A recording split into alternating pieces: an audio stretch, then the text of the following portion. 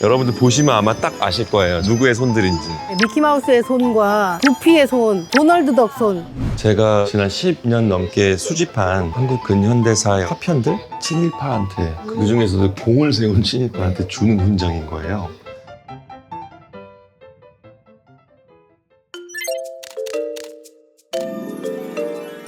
여기는 운경고택입니다. 운경 이재영 선생이 유명한 정치인입니다. 1970년대부터 7번이나 국회의원을 지낸 그런 정치인이신데, 운경 이재영 선생의 집, 여기서 오늘 전시가 새롭게 개막을 하는데, 랜덤 액세스 메모리즈 3탄 이완 작가입니다. 2017년 베니스 비엔날레에서 한국관 대표 작가로 참가하셨고, 미스터 K를 찾아서라는 산업화 시대를 넘어선 익명의 한국인을 찾아가는 프로젝트를 하셨던 작가신데, 근데 여기서 전시를 합니다. 너무 기대돼. 이완 작가님 좀 잘생기셨음. 어이구 선생님! 예, 안녕하세요. 여기 운경고택에서 전시 준비하시느라고 한참 걸리셨을 텐데 1년 넘게 준비하신 거라고 들었어요? 1년 넘었네요. 랜덤 액세스 메모리는 컴퓨터에 들어가 있는 메모리 저장 장치의 이름인데요. 굉장히 오래된 이제 저장 장치고, 옛날에는 휘발성 메모리라서 저장을 안 하면 다 날아가 버리는 그러한 어떤 메모리의 특성을 가지고 있는데, AI도 등장하고 데이터들이 훨씬 더 많이 필요로 되어지고 있고, 그걸 활용하고 있는 시대가 됐잖아요. 그러다 보니까 인간이 컴퓨터의 정보와 기록들에 의존하면서부터 우리 삶에 있는 기억들은 휘발돼가고 있는 게 아닐까? 우리한테 어떤 영향을 미치게 될까? 돌이켜보려고 전시를 준비했고요. 선생님의 시그니처 작품이 보이니까 공간이랑 너무 잘 어울려요. 여기가 너무 잘 어울려서 네. 여기다가 이렇게 뒀는데, 들어올 때 항상 보면 그 앞에 상징적인 조각품들이나 조형물들이 그 건물의 역사와 헤리티지를 좀 상징적으로 보여주잖아요. 들어왔을 때 운경 이재영 선생님의 형상이 있기 때문에 여기는 운경 이재영 선생님을 기리는 공간이고, 운경 이재영 선생님의 그 시대에 맞는 기억과 기록을 소환할 수 있는 상징적인 조각을 좀 놔야겠다. 운경 이재영 선생은 또 어떤 분이시냐? 1952년부터 53년까지 지금으로 치면 아까 산업자원부 상공부 장관 지내셨고, 젊은 시절부터 일찍이 이렇게 정치에 입문해서 이 집이 이제 정치인들의 사랑방 같은 역할도 했었고, 80년대 그 격변기 한국의 정치사에서 중대한 영향을 끼쳤던 분이기 때문에, 그래서 이 작품하고 너무 잘 어울리는 거예요. 더욱 밝은 내일을 위하여라는 작품인데요. 70년대, 80년대 한국 근대화 시기 때 굉장히 많은 슬로건들이 있었잖아요. 그러다 보니까 개인의 생각과 개성이라든지 이런 것들이 조금 억압당하고, 지금 와서 생각해보면 우리가 너무 많은 것들을 놓쳤어. 그래서 얼굴이 비었네요. 몰개성의 사람들이 얼굴도 비고. 다양성에 대한 것들을 받아들인든가 교류들이 자연스럽게 일어나지 않는 것이 아닐까. 이제 다시 더 밝은 미래를 위해서. 컬러마저도 정말 밝은 노란빛이네. 네, 내일을 상징하는 정말 아름다운 노을 색깔에서 따왔어요. 굉장히 아름다운 날 하늘 사진 찍은 게 있는데, 네. 그 사진에서 제일 아름다운 부분을 포이드로 컬러를 컴퓨터에서 찍어봤더니 요 컬러였거든요. 제가 노란색 이름도 노을 노랑이라고 불렀거든요. 노란. 선생님, 풍경 소리도 들리는데 이쪽에서 딴 소리도 들려요. 이런 걸 사운드스케이프 혹은 사운드 설치 작품이라고도 하는데, 선생님 여기 소리도 설치하신 거죠? 예, 그 시대적인 들리네요. 지금. 전화 왔네요. 우리는 전화기 따르릉인데 애들은 전화기가 따르릉인 줄도 모르고. 어린아이들 지금 모르잖아요. 한국 근대화 시기 때 소리들을 채집해서 이 작업을 레코딩 아티스트 김영선 교수님과 협업을 한 작업이고요. 또 자연스럽게 나오는 실제 소리들이랑 섞여서 어떤 게 진짜 소리고 어떤 게 가상의 소리인지 좀 모호하게, 우리의 기억들도 기록도 모호한 지점들이 많이 있잖아요. 그런 불확실성들을 좀 표현하려고 했습니다. 선생님 여기 작품 지금 총 몇 점이죠? 26점이군요.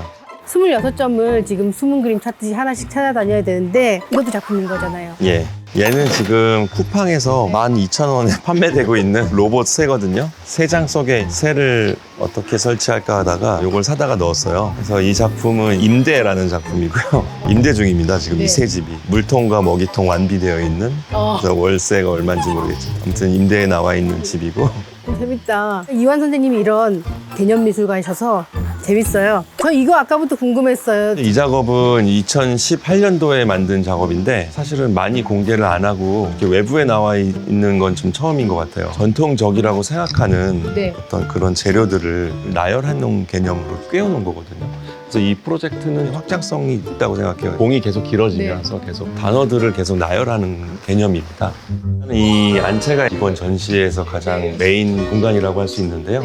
제가 지난 10년 넘게 수집한 한국 근현대사의 화편들, 누군가의 일기장, 누군가의 사진, 책, 잡지, 개인사적인 물건들을 수집을 하고 있는데 그중에 일부를 이 전시에 맞게 좀 가지고 왔어요. 김경 이재영 선생님의 개인사 자료들을 연대기별로 나열을 하고 주변 사람들이 생각하는 문경 선생님에 대한 기억들 제가 손으로 글씨를 써갖고 여기다가 좀 설치를 했습니다. 그래서 한 사람의 삶으로 구성을 했어요. 문경 선생님이며 사회적 업적보다는 한국의 격변기를 다 거치셨잖아요. 인간적인 부분에 좀 초점을 맞췄고요. 미스터 K 프로젝트도 그 때문에 이렇게 다 수집하신 맞아요. 거예요? 미스터 K 작업하고 이번 작업이 굉장히 비슷한데 그때 미스터 K는 익명의 누군가였죠. 한국의 평범한 한 사람, 그분의 인생을 가지고 한국의 근대사를 연결시켜서 바라보고 그걸로 아시아 전 세계로 확장시켜 나간 건데 그래서 이 안에 색깔이 틀려서 여기서 보면 저 방 안이 굉장히 초현실적으로 보이죠. 네. 저 안에는 기억과 기록들이 랜덤 액세스 되어져서 존재하고 있고 일제시대 때부터 지금까지의 어떤 상징적인 정보와 기록들을 좀 배치해놨고 개인의 어떤 기억들도 같이 넣었어요. 네. 제가 직접 쓴 손글씨로 기억들이 있거든요.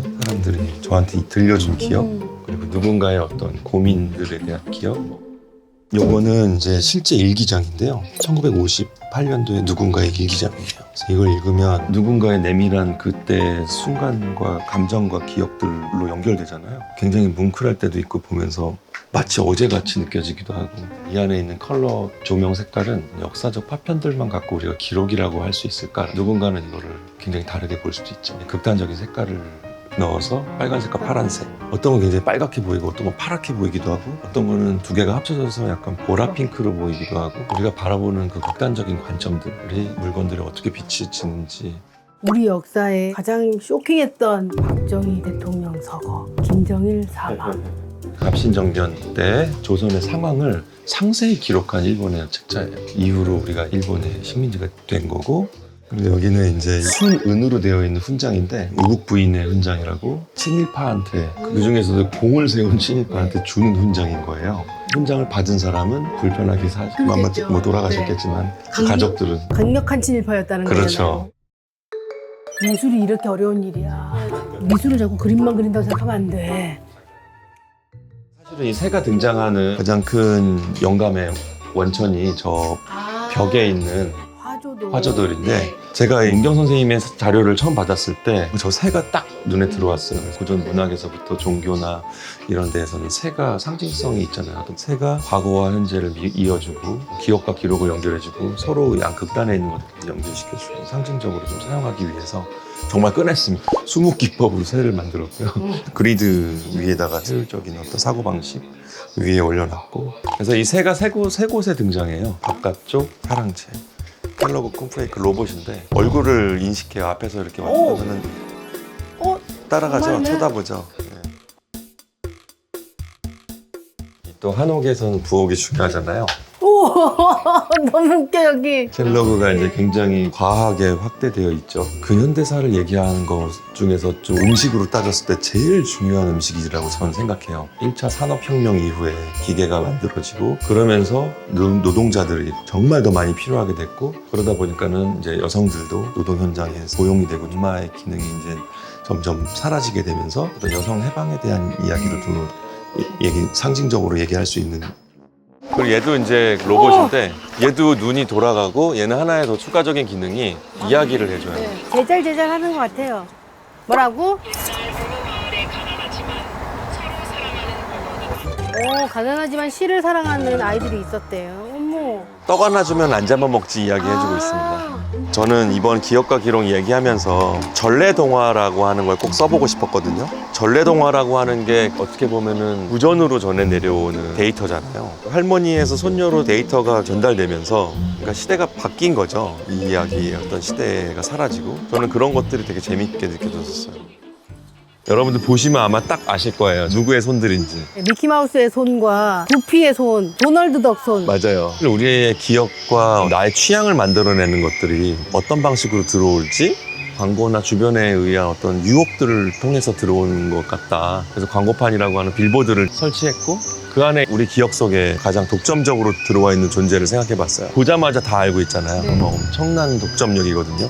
글로벌리즘과 신자유주의가 기억의 독점을 만들어냈는데 그 기억의 독점을 하고 있는 어떻게 보면 이들은 노동자잖아요. 임금을 받은 적이 없는 캐릭터들인데 그들이란 뭔가 시위를 좀 쉬자. 그래서 어떤 파업을 할지는 보시는 분들의 상상에 다 우리는 더 이상 뭐 기억되고 싶지 않아가 될 수도 있고 아니면 기억에서 잊혀지는 게 두려워서 파업할 수도 있고 지금까지 한 번도 못 받았는데 이제는 좀 임금을 달라고 또 파업하는 걸 수도 있고 과거의 역할에서 좀 벗어나게 해달라는 시위를 할 수도 있고 여러 가지 상상을 할 수 있는 그리고 이제 저쪽으로 가시면 또 새가 등장.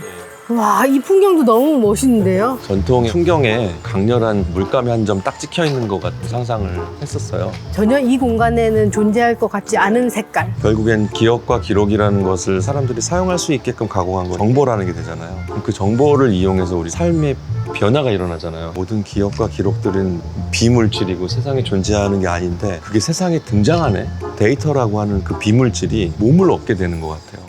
조각에 이 네온 컬러를 넣으면서 이 색깔이 가지고 있는 정보로서의 계보가 있다. 사랑채를 한번 마지막으로 보시면 여기가 좀 되게 하이라이트인가요? 그런 것 같아요. 예.